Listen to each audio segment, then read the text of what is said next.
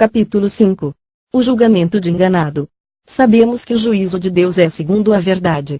Romanos 2:2 Jesus veio nos salvar de termos de pagar a penalidade eterna pelo pecado, que foi originalmente destinada a Satanás e seus anjos. A sua vida sendo dada por nós revela o tremendo amor de Deus. Pense nisto: no princípio o Senhor criou a humanidade juntamente com os animais, os pássaros, os insetos, as criaturas marinhas, e todo o restante da terra, inclusive a sua atmosfera perfeita. Lemos: viu Deus tudo, quanto fizera, e eis que era muito bom. Gn 1:31. Então, ele colocou uma criação perfeita nas mãos do homem, a fim de que ele a guardasse e mantivesse. Como declara o salmista, os céus pertencem somente ao Senhor, mas a terra ele deu aos seres humanos. Salmo 115:16, NTLH. Seria responsabilidade de Adão proteger não apenas a si mesmo, mas toda a criação do arqui-inimigo de Deus, Lúcifer. Deus não queria ter robôs no jardim, que não pudessem escolher livremente amá-lo e obedecer-lhe, e assim, entre uma infinidade de árvores, uma foi colocada no centro do jardim com a seguinte ordem: você pode comer as frutas de qualquer árvore do jardim, menos da árvore que dá o conhecimento do bem e do mal. Não coma a fruta dessa árvore, pois, no dia em que você a comer, certamente morrerá. Gn 2:1617, NTLH. A morte de que ele falava não era a morte física, pois Adão não passou pela morte física senão muitos anos depois, também em resultado de sua desobediência. Em vez disso, o Senhor mostrou ao homem que ele seria cortado da vida de Deus e assumiria a natureza de Lúcifer, que é a morte. Depois de algum tempo, Lúcifer enganou Eva pervertendo o caráter de Deus aos olhos dela. Ele conseguiu tirar o foco dela de todas as árvores à disposição, para colocá-lo na árvore proibida. Uma vez que ela considerou a árvore como sendo boa, benéfica e agradável, ela comeu, porque agora via o Senhor como alguém que tira e não mais como doador que ele é. Mas a humanidade ainda não havia caído. Foi apenas quando seu marido tomou parte naquilo que a criação de Deus assumiu a natureza da morte. Por este motivo, o pecado dele foi maior, ela foi enganada, ele não. Verão Timóteo 2:14. Consequentemente, não somente Adão, mas toda a criação que havia sido colocada sob a sua autoridade imediatamente assumiu a natureza da morte. Antes da traição de Adão, os animais não devoravam e comiam carne, nem morriam. Tornados, terremotos, furações, fomes, doenças e pestes não existiam. Tudo isto foi o resultado do homem não guardar o que Deus confiou aos seus cuidados. Agora, não somente a humanidade tinha a natureza da morte, como também toda a criação. Lemos: contra sua vontade, tudo na terra foi sujeito à maldição de Deus. Toda a criação aguarda o dia em que se unirá aos filhos de Deus na gloriosa libertação da morte e da corrupção. Romanos 8:20-21, NLT. A natureza não foi amaldiçoada com a morte por sua escolha, mas pela insubordinação do homem a Deus. Ele não protegeu o que foi confiado aos seus cuidados. Adão submeteu não só a natureza, mas a si mesmo, sua esposa e todas as gerações futuras ao que era originalmente a maldição de Lúcifer, a separação de Deus. Que deslealdade, que traição! A essa altura Deus poderia ter dito: a humanidade, a quem amei, abençoei, e criei perfeita, escolheu a Lúcifer em vez de a mim, que todos eles vão para o lago de fogo e nós, Pai, Filho e Espírito Santo, começaremos tudo novamente, criaremos um novo universo com seres que permaneçam leais e nos amem tanto quanto nós os amamos. Se o Senhor tivesse feito isto, ele teria sido perfeitamente justo em sua decisão. Mas por seu imenso amor, ele fez a promessa à humanidade de enviar um Redentor que nos libertaria do cativeiro sob o qual nos colocamos. Esse Redentor seria o seu Filho, com quem ele criou os céus e a terra. Então, em outras palavras, ele pagaria o preço terrível pelo nosso pecado e a natureza da morte quando nada fez a não ser amar-nos desde o princípio. Este é um amor impressionante. Esta é a razão do Calvário.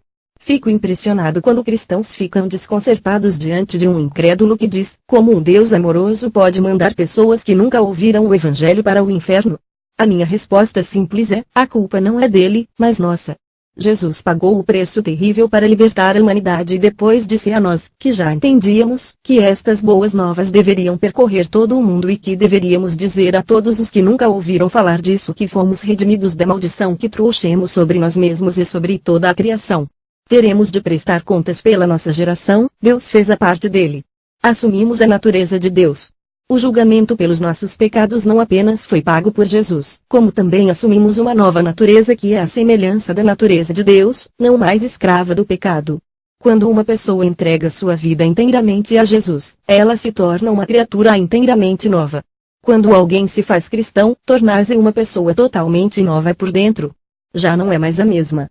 Teve início uma nova vida, 2 Coríntios 5:17, literalmente morremos quando recebemos Jesus Cristo como Senhor. A nossa velha natureza recebe a pena de morte, crucificada com Cristo aos olhos de Deus. Nasce uma pessoa nova em folha com a natureza de Deus. Assim nascemos de novo. Agora somos libertos da natureza que um dia comandou as nossas vidas. Como as Escrituras demonstram claramente, e assim como Cristo foi levantado dos mortos pelo glorioso poder do Pai, agora também podemos viver novas vidas. O nosso antigo ser pecaminoso foi crucificado com Cristo para que o pecado perdesse o seu poder em nossas vidas. Já não somos mais escravos do pecado. Pois quando morremos com Cristo fomos libertos do poder do pecado, Rm 6:4-6-8, NLT. Agora podemos viver de acordo com a natureza de Cristo, não de acordo com a natureza qual estávamos presos devido à traição de Adão. É total ignorância um cristão desdenhar uma pessoa que não recebeu Jesus como seu mestre pelo seu estilo de vida. O DNA espiritual dessa pessoa é pecar, e é exatamente isto que ela faz. O que é estranho e completamente antinatural é um crente que peca habitualmente ou intencionalmente. O motivo pelo qual coloquei crente entre aspas é porque uma pessoa que pratica o pecado pode declarar Jesus como seu Salvador e Senhor, mas na verdade ele não é, pois se realmente assim fosse, essa pessoa manifestaria natureza divina em sua vida. Jesus deixou isto bem claro dizendo, as diversas qualidades de árvores frutíferas podem ser rapidamente identificadas pelo exame do seu fruto. Uma árvore que dá bons frutos nunca dá um fruto que não se pode comer, e uma árvore que sempre dá frutos ruins, nunca dá um fruto que se pode comer. Por isso as árvores que têm um fruto que não se come, são cortadas e atiradas no fogo. Sim, o meio de identificar uma árvore ou uma pessoa é pela qualidade do fruto que dá. Mateus 7:17-20, óbvio que ele declara não é complexo e é definitivamente inalterado. A causa não é o fruto, mas a natureza da árvore, no entanto, isto é demonstrado pelo fruto. Se você se aproxima de um arbusto que contém uvas do monte saudáveis, você sabe que aquele é um arbusto bom para alimento. Por outro lado, se você encontra frutos venenosos, sabe que não é um bom arbusto. A prova, ou evidência, de que uma árvore é boa ou venenosa é pelo tipo de fruto que ela produz. Do mesmo modo, Jesus diz que a forma de identificarmos se uma pessoa é um cristão genuíno não é por aquilo que ela diz, porquanto ela pareça ser religiosa, mas sim pelo que ela faz. O fruto dela é abnegado e focado no reino, ou é egoísta e focado no mundo, como o apóstolo João descreve em sua carta, não amem os caminhos do mundo. Não amem os bens do mundo. O amor ao mundo esmaga o amor pelo Pai.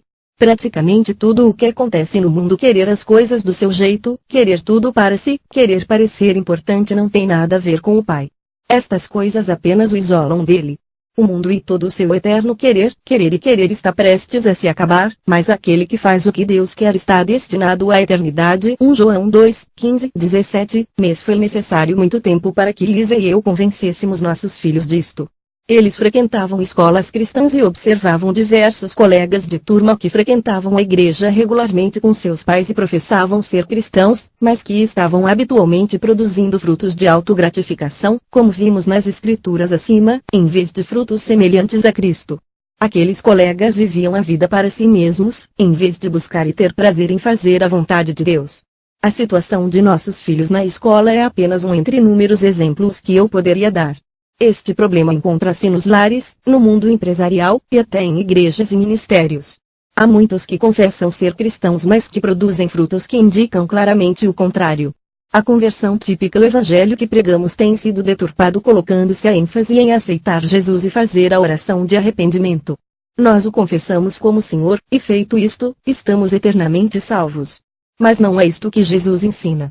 Ele diz, nem todo aquele que me diz, Senhor, Senhor, entrará no reino dos céus. Mateus 7:21, vi. Se apenas ouvíssemos a sua declaração sem filtrá-la através de anos de pregação, ensino, escritos e canções desequilibradas sobre a graça de Deus, veríamos que ela contradiz o nosso evangelho moderno. As palavras dele não poderiam ser mais claras, nem todos que fizeram a oração de arrependimento, confessando-o como Senhor, irão para o céu. E se eles não vão para o céu, existe apenas uma alternativa, que vimos no capítulo anterior. Vamos ensaiar um culto típico de evangelismo. O pregador prega uma mensagem do tipo venha para Jesus e receba bênçãos. Ele fala sobre como Jesus nos dará alegria, paz, prosperidade, felicidade, saúde, o céu, e daí por diante. Não me entenda mal. É o desejo de Deus nos abençoar, mas Jesus nunca usou a benção para seduzir as pessoas a segui-lo. Então, após o discurso de vendedor de 45 minutos, ele pede audiência para curvar a cabeça e pergunta se eles fossem morrer esta noite se iriam para o céu. Ele até incentiva todos a olharem para a pessoa do seu lado direito e esquerdo e fazer a mesma pergunta, a fim de ajudá-lo a ganhá-las. Se elas não puderem dizer sim, diz ele em seguida, segure-as pela mão e traga-as aqui para a frente. Quando os candidatos vão à frente, cantam-se canções do tipo tal qual estou. Em outros casos, a audiência apenas aplaude e sorri com os instrumentos tocando uma melodia triunfal para acompanhar a marcha deles até a frente. Quando todos estão na frente, o ministro pede que curvem suas cabeças e repitam uma oração comum do tipo: Pai, confesso que sou um pecador, perdoa o meu pecado. Neste dia peço que Jesus entre em minha vida como meu Senhor e Salvador. Obrigado por me tornar teu filho. Em nome de Jesus, amém. A plateia aplaude, a música toca, e os novos convertidos voltam aos seus assentos, tal qual estavam. Com a diferença de que agora eles estão enganados. Nada foi dito com relação ao arrependimento de um estilo de vida desobediente, negando seus próprios desejos para abraçar a vontade de Deus, e perdendo suas vidas para a causa de Cristo. Eles confessaram Jesus como seu Senhor, mas não houve uma mudança no coração. Jesus agora é apenas parte de suas vidas. Bem, permita-me informá-lo, o Rei dos Reis e Senhor dos Senhores não entra na vida de ninguém como o segundo, ou até mesmo o primeiro, entre outros amantes rivais. Ele só entra como nosso Rei completo e total, sem que haja nenhuma pessoa, coisa ou atividade competindo para ocupar o seu lugar em nosso coração. Ele deve ser Senhor, o que significa Mestre Proprietário Supremo, o que significa que não possuímos mais a nossa vida. Pense nisso. Você se casaria com alguém que lhe informasse que seria fiel a você juntamente com os seus outros amantes, mas que você estaria em primeiro lugar? Quanto mais o Rei do Universo. Será que ele aceitaria uma noiva que diz: você é o primeiro de todos os meus outros amores? Não existe relacionamento de aliança, nem a união de dois como sendo apenas um. Que engano! Esses novos convertidos não permitiram que a cruz matasse a sua vida egocêntrica e abrisse espaço para que a nova natureza de Jesus fosse formada dentro deles. Eles apenas compraram a ideia de uma vida melhor aqui e a promessa do céu. É interessante. Em muitos países do mundo onde os cristãos são perseguidos, eles vão para Jesus sabendo que estão perdendo suas vidas. Hoje, nas sociedades ocidentais, vamos a Jesus para termos uma vida melhor e o céu. Mas também precisamos perder nossas vidas. Hoje, muitos evangélicos típicos na nossa sociedade vivem no engano, em resultado do tipo de evangelho que pregamos. Os novos convertidos podem ser energizados por sua fé recentemente encontrada, participar de atividades cristãs, frequentar a igreja, e até se envolverem em evangelismo, porque tudo é muito novo e empolgante. É como estar em um novo clube, tentar um esporte novo, frequentar uma nova escola, ou trabalhar em um novo emprego. É tudo muito novo, mas eles não fizeram o que Jesus mandou que todos os verdadeiros seguidores fizessem, que é calcularem o custo de segui-lo e então tomarem a decisão permanente de pagar o preço de terem suas vidas entregues ao seu serviço, ver Lucas 14, 27, 33. Perder para ganhar é uma troca, temos de entregar toda a nossa vida, e no lugar dela recebemos a vida, natureza, dele. Jesus transmite isto repetidamente: se alguém quer vir após mim, a si mesmo se negue, esqueça, ignore, deserde, e perca a si mesmo de vista, tome a sua cruz e indo-se a mim como discípulo e apoiando os que estão comigo, siga-me continuamente, apegando-se firmemente a mim. Marcos 8:34, devemos nos apegar firmemente a ele continuamente. Não se trata apenas de uma oração feita uma vez para depois voltarmos à vida normal, com a diferença de que agora você está no clube dos nascidos de novo e seu destino é o céu. Jesus continua: se você tentar guardar a sua vida para si mesmo, você a perderá. Mas se você abrir mão da sua vida, por amor a mim, e por amor às boas novas, encontrará a verdadeira vida. Marcos 8:35, NLT. A Amplified Bíblia declara isso deste modo: quem abrir mão da sua vida que só é vivida na terra por amor a mim e ao Evangelho, a salvará a sua vida mais elevada e espiritual no reino eterno de Deus. É uma troca definitiva, abrimos mãos de nossos direitos como possuidores das nossas vidas para seguir os desejos dele, e em troca recebemos a vida eterna dele. Com o Evangelho que é pregado hoje, não enfatizamos este aspecto extremamente importante de seguir a Jesus, só informamos os benefícios. Na essência, pregamos as promessas da ressurreição sem pregarmos o impacto e a decisão da cruz. Isso poderia ser comparado ao jovem que vê um comercial de recrutamento militar na televisão. Ele observa um elegante marinheiro mais ou menos da sua idade, vestido com um uniforme impecável no convés de um navio notável, viajando por mar aberto, com um lindo céu cristalino, sorrindo com seus companheiros. O comercial então mostra este marinheiro nos portos de todo o mundo, e tudo isso de graça. O jovem imediatamente se apresenta ao recrutador e se alista. Ele não lê as condições para o alistamento porque está concentrado apenas nos benefícios. Ele está muito feliz. Agora terá a oportunidade de ver o mundo, de se tornar parte de uma grande instituição, e de fazer muitos amigos novos. Entretanto, ele logo descobre no treinamento básico que não pode dormir até às 9 horas como estava acostumado a fazer. Recebe ordens de cortar seu cabelo longo do qual tanto gosta. Ele não pode frequentar muitas reuniões sociais, porque não pode deixar a base, a não ser por 2 dias por mês.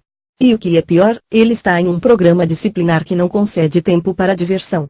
Enquanto isso, ele está limpando banheiros e refeitórios, e fazendo flexões e outros exercícios de treinamento bastante difíceis. Ele perdeu aquele tempo abundante de lazer que tinha e está desabando na cama todas as noites de exaustão. Ele ainda está esperançoso, pois sabe que logo estará no navio. Quando o treinamento básico termina, ele é indicado para um navio, mas a intensidade de trabalho é a mesma, com a diferença de que agora é em mar aberto. A guerra estoura, e agora ele se vê lutando em uma batalha para a qual ele não se candidatou. Ele se alistou porque aquela era uma vida que ele jamais poderia oferecer a si mesmo, e era tudo grátis. Sim, era grátis, mas, na agência de recrutamento, ele não atentou para os detalhes de que isto lhe custaria toda a sua liberdade. Em vários aspectos, ele agora se sente ofendido. Sente-se enganado, aos seus olhos, foi-lhe vendido um pacote que só lhe mostrava os benefícios, mas não indicava o custo pessoal. Temos pregado um evangelho que fala de uma salvação gratuita, o que é absolutamente preciso, mas deixamos de dizer aos candidatos que isto lhes custará sua liberdade. Quando falo de liberdade, não falo da liberdade real, mas da que pode ser discernida, pois todos aqueles que estão fora de Cristo estão destinados ao pecado. Eles são escravos, embora possam crer plenamente que são livres. Poderíamos comparar isto ao filme Matrix. Meu filho mais velho alugou a versão editada deste filme uma noite, e mostrou-o à nossa família, e pude ver um paralelo impressionante. Uma questão interessante é colocada em Matrix: como você saberia a diferença entre o mundo dos sonhos e o mundo real se você não despertasse do sono? Neste filme, a vida no século XX flui normalmente, ou assim parece. Mais tarde, no século XXI, o homem desenvolve a inteligência artificial, mencionada simplesmente como as máquinas. As máquinas assumem o controle na Terra, e o homem revida. Na luta de poderes que se segue, o mundo é dizimado e as máquinas são vitoriosas. Essas máquinas descobrem que podem sobreviver usando a eletricidade gerada pelo corpo humano, então criam uma grande ilusão para enganar os humanos, fazendo com que eles as sirvam. O mundo parece ainda ser normal, século XX, mas na verdade os corpos dos humanos são mantidos em câmaras em grandes fazendas, e suas mentes são ligadas a um programa de computador mundial de realidade virtual chamado Matrix. Então, na essência, a liberdade da vida deles não é real, em vez disso, eles são escravos. É nesse ponto que o filme abre com um grupo seleto de homens e mulheres que conseguiram ilegalmente abrir caminho para fora de Matrix, descobrindo a sua verdadeira identidade. Eles formam uma colônia chamada de Zion no mundo real, que de outro modo não tem vida. Alguns deles entram novamente em Matrix para combater as máquinas e libertar a humanidade. O combate é intenso e a vida não é fácil, mas os combatentes estão mais interessados na liberdade genuína e não em viver uma mentira de falsa liberdade. Eles preferem ter liberdade com dificuldade do que a escravidão com um conforto enganoso. Aqui vemos o paralelo. Muitos incrédulos veem os cristãos como escravos, em cativeiro, perdendo suas liberdades, enquanto eles próprios são livres. Porém, a verdade é que os que estão fora de Cristo são os que estão presos, de forma não muito diferente daqueles que vivem uma mentira nas fazendas escravizadas por uma máquina. Eles são escravos do pecado. Difícil ser cristão não apenas aqueles que nunca ouviram, ou se recusam a acreditar no Evangelho, estão cativos, como muitos convertidos típicos desta geração também estão cativos. Criamos este dilema quando deixamos de proclamar o preço de seguirmos a Jesus. Muitos pensam que são livres, mas na verdade não são, e a evidência está no estilo de vida deles. Jesus disse: em verdade vos digo, todo o que comete e pratica pecado é escravo do pecado. Ora, o escravo não fica para sempre na casa, o filho da casa, sim, para sempre. Se, pois, o Filho vos libertar vos tornar homens livres, então sereis verdadeiramente e inquestionavelmente livres. João 8, 34-36, estas palavras reiteram a verdade do fruto da árvore. Se alguém peca habitualmente, então é escravo do pecado. Ele não é filho, pois a sua real natureza não foi transformada. Ele pode achar que é livre porque fez oração de arrependimento, mas ele não abriu mão de seus direitos para seguir Jesus. Ele ainda quer ter as suas liberdades, a falsa liberdade, juntamente com os benefícios da salvação. Mas não se pode ter ambos. Como mencionado anteriormente, eles podem começar a sua experiência de novo nascimento com alegria, entusiasmo e paixão porque é algo inteiramente novo. No entanto, mais cedo ou mais tarde a sua natureza não transformada se manifestará, mas ela se manifestará nos círculos cristãos e estará oculta com uma linguagem e um estilo de vida evangélico. É por isso que é algo tão enganoso. Mas o Novo Testamento nos adverte especificamente contra este engano.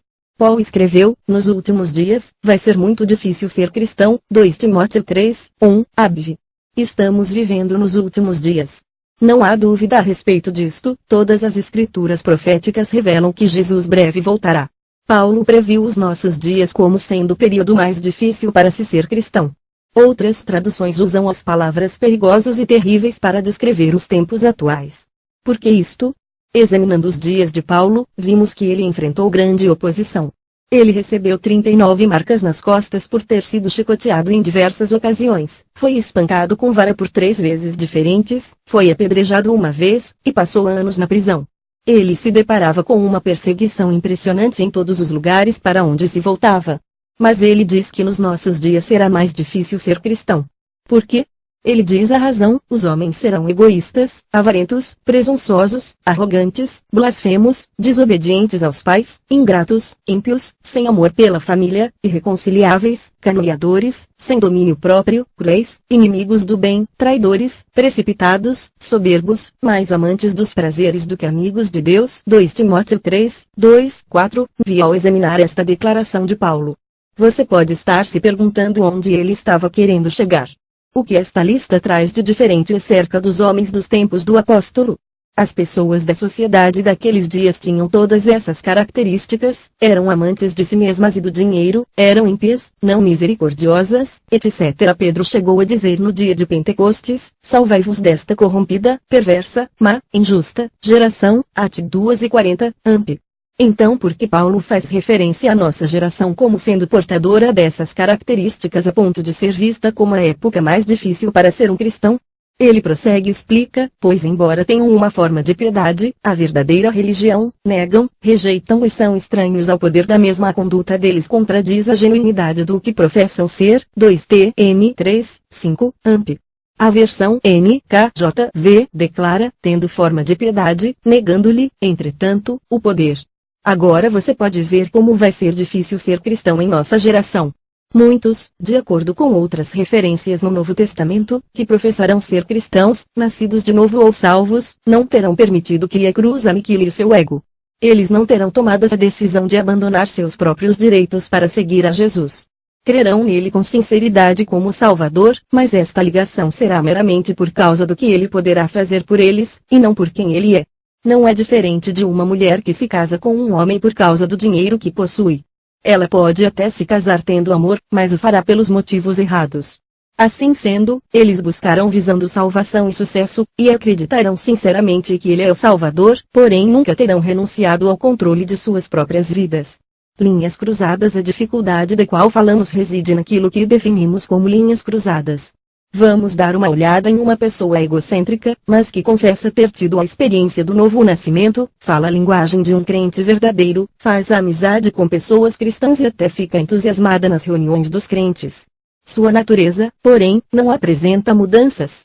De modo inconsciente, essa pessoa é, em essência, uma impostora, e o problema está no fato de que seu auto-engano se espalha como uma doença. Há ainda aquelas pessoas que baseiam suas vidas na norma em vigor na cultura cristã, e tal norma está fora de sintonia com o céu, fazendo com que seja difícil tornar-se um verdadeiro cristão. Nos dias de Paulo, se você fosse um crente, sua vida estava em perigo a todo instante.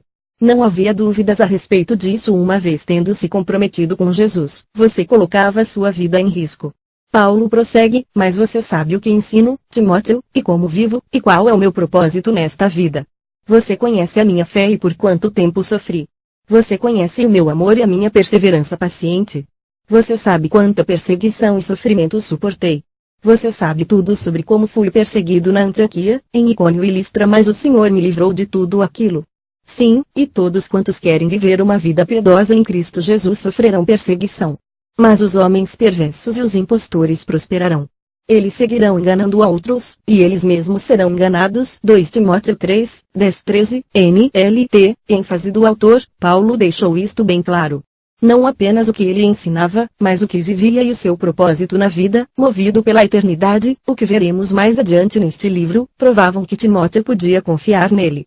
Não eram as suas orações respondidas, seus dons sobrenaturais e milagres operados, ou a sua excelente habilidade de ensinar a palavra de Deus as características que Paulo estava indicando. Era o seu estilo de vida, que era, e deve ser ainda hoje, o fator determinante. Ele prossegue dizendo que os perversos e os impostores prosperarão. Ora, todos sabemos que devemos ficar longe de pessoas perversas, no entanto, são os impostores aqueles que assumem uma identidade externa que não está de acordo com a sua verdadeira natureza, os mais perigosos. São aqueles que professam e têm forma de cristianismo, porém não apresentam evidências do poder transformador da graça. Observe que Paulo diz que eles não apenas enganarão a outros, mas que eles mesmos serão enganados. Isto descreve perfeitamente o personagem enganado, de nossa alegoria. Este jovem era ativo na escola de Indel, declarava-se um seguidor devoto e acreditava sinceramente que estava em posição favorável diante do rei. Ele colocava mais ênfase em sua suposta lealdade do que em uma vida que revelasse essa lealdade. Ele não apenas foi enganado, como enganou a outros. Devido aos padrões que estabeleceu, muito acabaram se comprometendo, desde as moças com quem se deitou até as muitas pessoas que influenciou dentro do corpo estudantil com a sua mensagem. Mensagem, você pergunta? Mas ele não era professor. Ah, sim, quero dizer mensagem mesmo, pois o modo como vivemos transmite muito mais do que aquilo que falamos. Para os alunos de Indel que eram fiéis a Jalim, era uma batalha não serem influenciados pela personalidade forte e pelo estilo de vida de enganado. Os que não conseguiram permanecer firmes sucumbiram à sua influência. Esta é uma batalha sobre a qual não somente Paulo nos advertiu, como também muitos escritores do Novo Testamento. Judas nos diz, meus queridos amigos, eu estava fazendo todo o possível para escrever a vocês a respeito da salvação que temos em comum. Então, senti que era necessário escrever agora para animá-los a combater a favor da fé que, uma vez por todas, Deus deu ao seu povo. JB 1:3 NTLH. Observe a urgência em sua voz. Ele queria discutir as coisas maravilhosas que compartilhamos na salvação, mas teve de escrever sobre algo inteiramente diferente. Ele teve de encorajá-los a lutar, a batalhar e a travar uma guerra pela fé. Que guerra é essa? Ele explica dizendo, pois alguns homens que não temem a Deus entraram no meio da nossa gente sem serem notados. Eles torcem a mensagem a respeito da graça do nosso Deus a fim de arranjar uma desculpa para a sua vida imoral. E também rejeitam Jesus Cristo, o nosso único Mestre e Senhor. Há muito tempo que as Escrituras Sagradas anunciaram a condenação que eles já receberam. JB 1:4 NTLH. ênfase do autor, a guerra é contra a influência criada por pessoas que perverteram a graça de Deus a fim de desculpar o seu estilo de vida ímpio. Esses ataques são mais mortais do que a maior perseguição que possa existir contra a igreja. São mais perigosos do que as leis contrárias aos princípios bíblicos, tais como a lei do aborto e a exigência de que as escolas ensinem sobre a evolução. São uma influência mais poderosa do que qualquer culto ou religião falsos. Eles são fatais e seus resultados duram por toda a eternidade. Você poderia se perguntar como isto se aplica aos membros da igreja, já que as pessoas a quem Judas se refere rejeitavam ou negavam a Jesus Cristo. Ninguém teria como fazer isto em nossas igrejas hoje e ser aceito como cristão. O que faz com que você pense que eles estariam mais vulneráveis naquele tempo? Dê mais uma olhada com atenção. Essas pessoas se infiltram em nosso círculo sem serem notadas. Ninguém poderia se levantar numa de nossas reuniões hoje ou nos dias de Judas e confessar com a própria boca que nega a Jesus Cristo sem ser notado. Então, como renunciam a ele? A resposta está em outro livro do Novo Testamento. Essas pessoas dizem conhecer a Deus, mas o negam pela maneira como vivem. TT 1:16 NLT. Elas o negam através de seu estilo de vida, e não com suas palavras.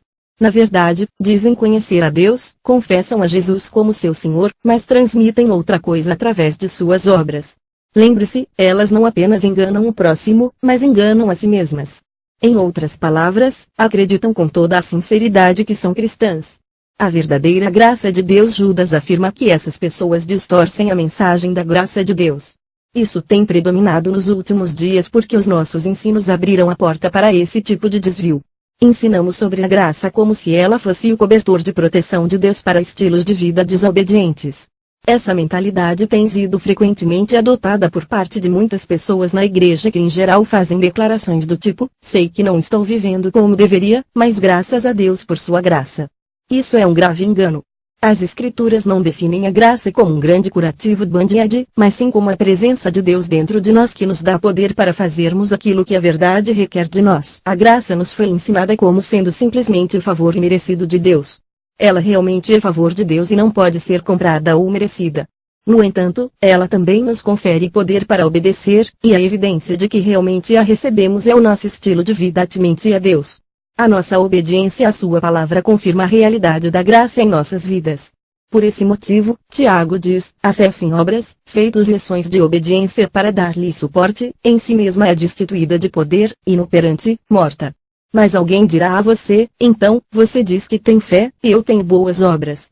Ora, mostre-me a sua suposta fé, independentemente de qualquer boa obra se puder, e eu por boas obras de obediência lhe mostrarei a minha fé. Você crê que Deus é um, faz bem. Mas assim também os demônios creem e tremem.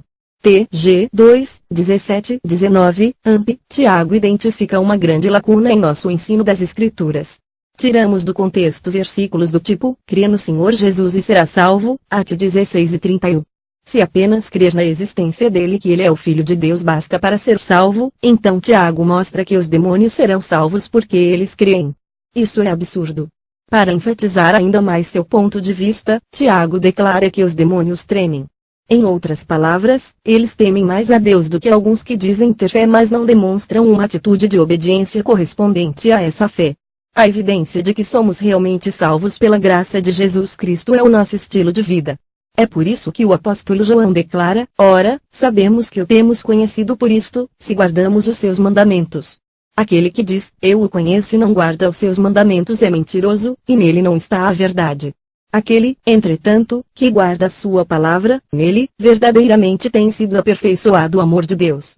Nisto sabemos que estamos nele, aquele que diz que permanece nele, esse deve também andar assim como ele andou. 1 João 2, 3, 6, ênfase do autor, João afirma claramente que a prova de que de fato conhecemos a Jesus Cristo é que guardamos os seus mandamentos.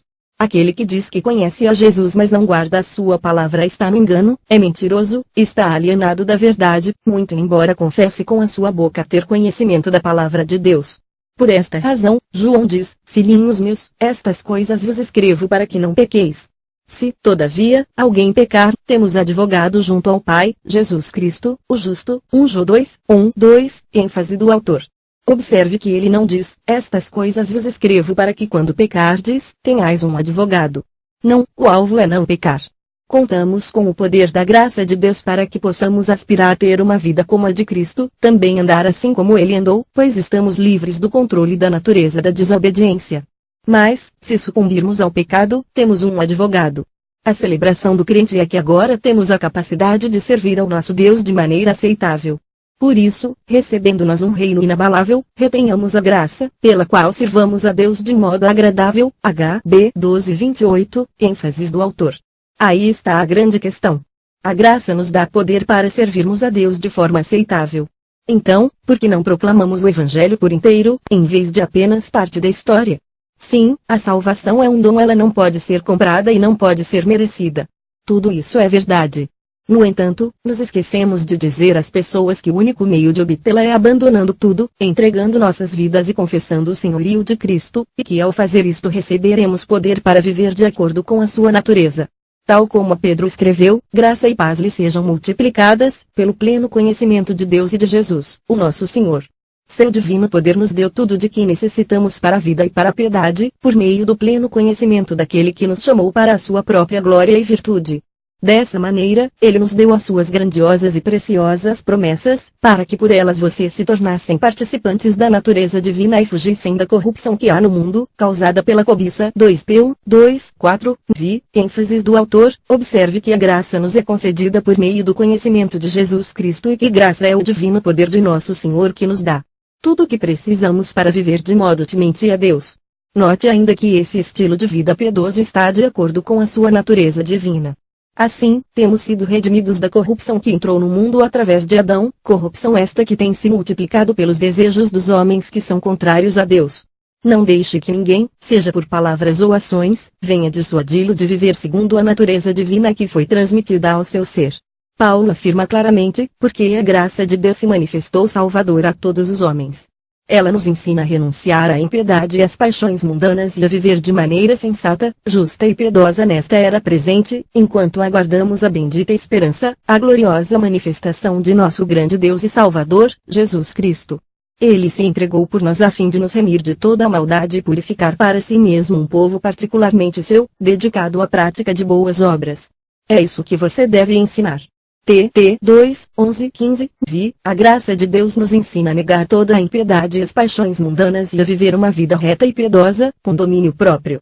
Os professores têm a tarefa de nos instruir e capacitar, e é exatamente isto que a graça de Deus faz em nossas vidas. Observe que é nosso dever ensinar tais coisas. Na verdade, Paulo prossegue dizendo, esse ensinamento é verdadeiro. Quero que você, Tito, insista nesses assuntos, para que os que creem em Deus se interessem em usar o seu tempo fazendo bem. TT 3:8 NTLH ênfase do autor. Devemos manter as boas obras, fazer o bem, pelo poder da graça de Deus em nossas vidas. Não tínhamos graça antes de sermos salvos, nem os santos do Antigo Testamento, isto é dom de Deus para nós através de Jesus Cristo.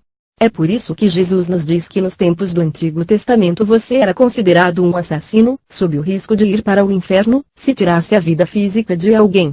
No entanto, debaixo da graça, basta que você chame seu irmão de tolo, que tenha preconceito, que se recuse a perdoar, ou que abrigue qualquer outra forma de ódio para correr o risco de enfrentar o fogo do inferno, ver MT 5:21-22. Por quê? Porque agora somos capazes de viver de acordo com a natureza de Deus através do poder da graça. Insista nesses assuntos. Observe que na passagem acima recebemos uma ordem, pela palavra de Deus, insista nesses assuntos. Ouviu isto? Vejo que essas coisas raramente são ditas nos púlpitos ou entre os crentes de hoje, e muito menos de forma insistente. Por esse motivo, nos desviamos da importância de mantermos as boas obras através da graça de Deus. Na essência, estamos permitindo que o poder que está em nós permaneça dormente pela falta de convicção e afirmação. A nossa fé, que acessa a graça, deve permanecer ativa por meio da verbalização das nossas convicções. Paulo disse, para que a comunicação da tua fé seja eficaz, no conhecimento de todo o bem que em vós há, por Cristo Jesus. F.M. Cesarque. Se não falarmos dessas coisas constantemente, nos desviaremos da verdade. O escritor de Hebreus fala desse princípio com clareza, por esta razão importa que nos apeguemos, com mais firmeza, às verdades ouvidas, para que delas jamais nos desviemos. Se, pois, se tornou firme a palavra falada por meio de anjos, e toda transgressão ou desobediência recebeu justo castigo, como escaparemos nós, se negligenciarmos tão grande salvação? HB 2:1-3, ênfase do autor, insistindo na abordagem desses assuntos, mantemos constantemente diante de nós as questões urgentes da eternidade que nos impedem de nos desviarmos. Lembro-me de quando eu costumava pescar ainda menino. Enquanto estávamos concentrados em pescar, o barco se afastava sem que percebêssemos, caso não estivesse ancorado. Depois de 45 minutos, não podíamos sequer reconhecer o local onde estávamos. O distanciamento ocorria porque a nossa mente estava focada em outros assuntos na pescaria. Isso acabou custando muito caro para pessoas que pescavam em rios que conduziam a quedas d'água mortais. Um número incontável de pessoas caiu em cachoeiras e encontrou a morte por ter se distanciado de onde estavam posicionadas inicialmente. O mesmo acontece com as importantes questões relacionadas à eternidade. Se Deus diz que devemos afirmar tais coisas constantemente, então esta deve ser a nossa prioridade. Por que não estamos enfatizando o poder da graça, que nos dá a capacidade de manter um estilo de vida piedoso marcado pela obediência? Vejo que a igreja primitiva fazia isso.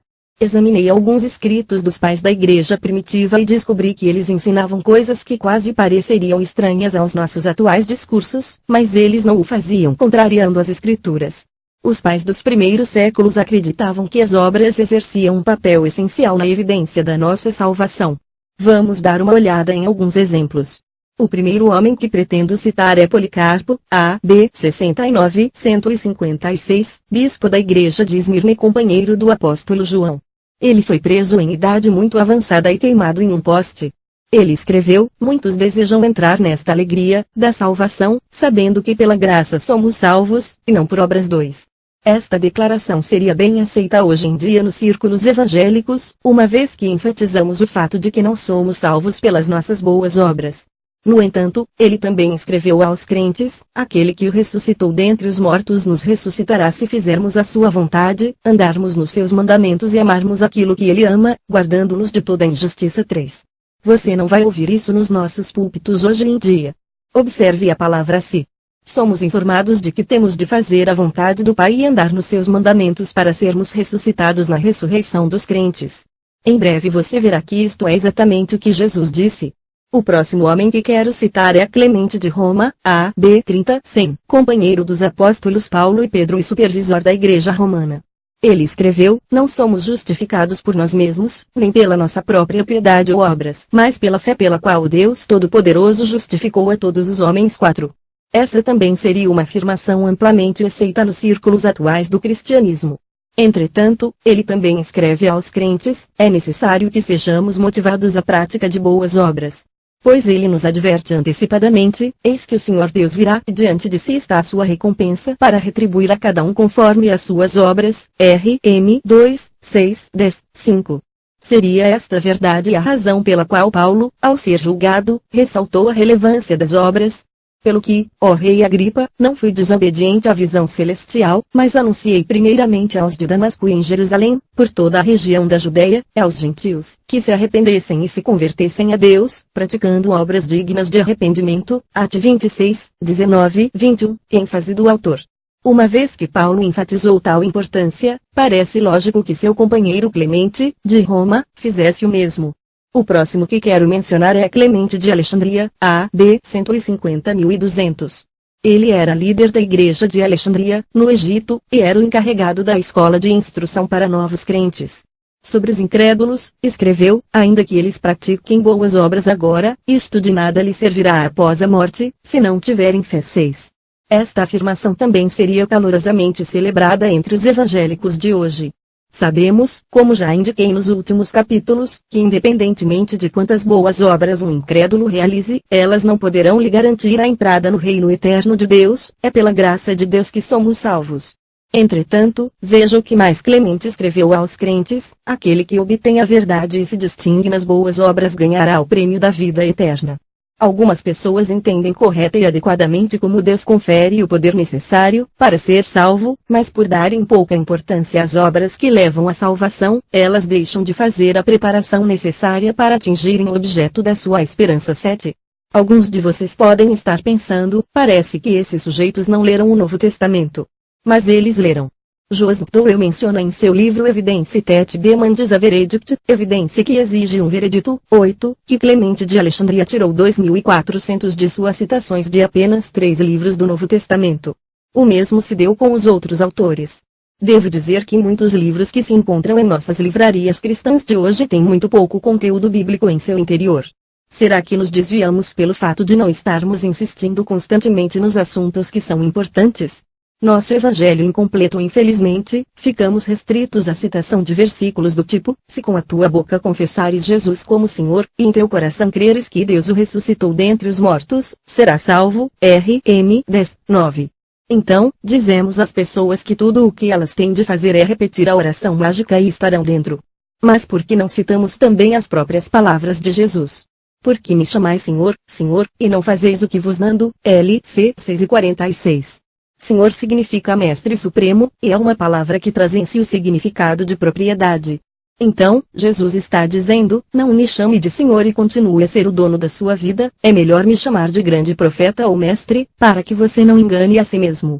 Vamos examinar agora a declaração de Jesus com a qual abrimos toda esta discussão. Nem todo aquele que me diz, Senhor, Senhor entrará no reino dos céus. Mt 7:21, vi. Interessante. Essas foram quase as palavras exatas de Policarpo. Então, não é somente o ato de confessar a Jesus, mas o ato de confessar a Jesus e fazer a vontade de Deus que nos levará para o céu. E a única forma pela qual podemos fazer a vontade dele é pela graça que ele nos dá quando nos humilhamos, negando nossas próprias vidas e recebendo-o como Senhor. É tão simples quanto confessar, mas a parte difícil está em nos rendermos inteiramente à realidade do seu senhorio. Veja agora por que enfatizei este ponto de forma tão apaixonada. Quando aquele dia chegar, muitas pessoas vão me dizer, Senhor, Senhor, pelo poder do seu nome anunciamos a mensagem de Deus e pelo seu nome expulsamos demônios e fizemos muitos milagres. Então eu direi claramente a essas pessoas, eu nunca conheci vocês. Afastem-se de mim, vocês que só fazem o mal. Mt 7:22-23, NTLH. No final dos anos 80, Deus me deu uma visão espiritual. Vi uma multidão tão grande que não se podia ver o fim dela. Era um mar de seres humanos. Sei que não havia ateus naquele grupo, ninguém que reconhecesse ser pecador, nenhum seguidor de outras religiões, mas todos confessavam ser cristãos através do senhorio de Jesus. Aquela multidão havia chegado para o julgamento e estava na total expectativa para ouvir Jesus dizer, entrem na alegria do seu Senhor, o reino de Deus. Em vez disso, ouviram as palavras, apartai-vos de mim, os que praticais a iniquidade, Mt 7:23. Contemplei o choque e o terror total em seus rostos. Você pode imaginar alguém que se sente seguro acerca de uma salvação que não possui? Você pode se imaginar sendo exilado para as chamas do inferno para sempre quando acreditava plenamente que estava indo em direção ao céu? E ter de lidar para todo sempre com a lembrança de que você, e possivelmente aqueles que pregaram para você, encararam o seu destino eterno de forma tão leviana? Será que há lugar para um ministério politicamente correto para com o perdido e que deixa de lado as admoestações de Jesus? Você pode entender por que devemos proclamar todo o conselho de Deus, e não apenas os pontos positivos ou os benefícios? Sim, nós amamos os benefícios, e devemos proclamá-los e desfrutar deles, mas não à custa de negligenciarmos as advertências. Lembro-me de ter declarado em uma conferência que o motivo que nos leva a pregar essas partes mais amargas do Evangelho é porque não quero ninguém no dia do julgamento gritando comigo e dizendo por que você não me falou a verdade, enquanto o sangue deles escorre das minhas mãos. Após o culto, um pastor se aproximou de mim imediatamente, muito zangado. Na verdade, ele estava irado e disse, como você ousa colocar essa teologia do Antigo Testamento sobre nós, ministros? Eu não terei sangue escorrendo das minhas mãos por não pregar todo o Evangelho. Era óbvio que ele gostava dos aspectos positivos da palavra de Deus, mas deixava de lado aqueles que nos confrontam. Então eu disse, Senhor, veja o que Paulo disse aos líderes de Éfeso. Com a minha Bíblia nas mãos, abri no livro de Atos e pedi que ele lesse, portanto, eu vos protesto, no dia de hoje, que estou limpo do sangue de todos, porque jamais deixei de vos anunciar todo o desígnio de Deus. Atos 20, 26, 27. Ele olhou para mim chocado, seus olhos e sua boca estavam abertos. Ele disse, todas as vezes em que li o Novo Testamento, nunca percebi isto. Então tivemos uma conversa amigável. Mencionei que, para apresentarmos qualquer ser humano maduro em Cristo, devemos não apenas ensiná-lo, mas também adverti-lo, ver CL 1:28. Qual é a advertência? Que não se desvie da verdade, que não vacile por causa da doutrina pregada por impostores que seduzem não só a si mesmos, mas a muitos outros, para que abandonem a piedade. Paulo havia estado com o povo de Éfeso por bastante tempo. Ele os amava muitíssimo e sabia, pelo Espírito de Deus, que só voltaria a vê-los no céu. Pense no cuidado com que você escolheria as suas palavras sabendo que seriam as últimas a serem ditas àqueles que eram como seus filhos. As palavras da sua despedida foram, cuidem de vocês mesmos e de todo o rebanho sobre o qual o Espírito Santo os colocou como bispos, para pastorearem a igreja de Deus, que ele comprou com o seu próprio sangue. Sei que, depois da minha partida, lobos ferozes penetrarão no meio de vocês e não pouparão o rebanho. E dentre vocês mesmos se levantarão homens que torcerão a verdade, a fim de atrair os discípulos. Por isso, vigiem. Lembrem-se de que durante 3 anos jamais cessei de advertir cada um de vocês disso, noite e dia, com lágrimas. Atos 20, 28, 31. Vi como eles torceriam a verdade. Possivelmente com palavras, mas principalmente através de ações. Observe que Paulo tinha um zelo tão grande a esse respeito que não parou de adverti-los dia e noite por 3 anos. Vemos, uma vez mais, a ênfase, e por isso mesmo devemos insistir nesses assuntos constantemente. O Deus de amor e justiça em nossa alegoria, podíamos sentir o choque e a agonia de enganado. Você certamente engoliu em seco diante da atmosfera sinistra da masmorra de Lone. Você se encolheu ao pensar em 125 anos na escuridão, sob um calor insuportável, em uma sala de tortura cheia de ar contaminado. Mas isso não é nada comparado ao que um número incontável de homens e mulheres enfrentará se nós não proclamarmos todo o conselho de Deus. Você deve se lembrar que Jalin era tanto amoroso quanto justo. No seu julgamento, o amor se revelava pelo fato de que ele não podia permitir a presença de alguém que possuísse a natureza e o caráter de Dagon na cidade de Afabel. Se ele o fizesse, isso perverteria e contaminaria toda a cidade, inclusive todos os seus habitantes. Seu amor protegeu os inocentes. Ao mesmo tempo, ele era justo a ponto de não permitir que alguém que tivesse a natureza de Dagon recebesse uma penalidade menor por sua desobediência do que o próprio Dagon. Por esse motivo, todos os que não escolheram seguir a Jalin tinham de ser exilados para a mesma masmorra de Lone. Do mesmo modo, o amor de Deus não pode permitir que alguém que tenha a natureza de Satanás viva na cidade eterna para sempre. Ele seria injusto em sentenciar Satanás e suas legiões ao eterno lago de fogo e fazer exceções para com aqueles que se encontram sob o seu domínio e optaram por manter a sua natureza. Todos os que têm a mesma natureza de Satanás serão sentenciados com ele a passarem a eternidade no lago de fogo. Deus é, e continuará sendo, misericordioso e justo, e a sua glória será conhecida em toda a terra.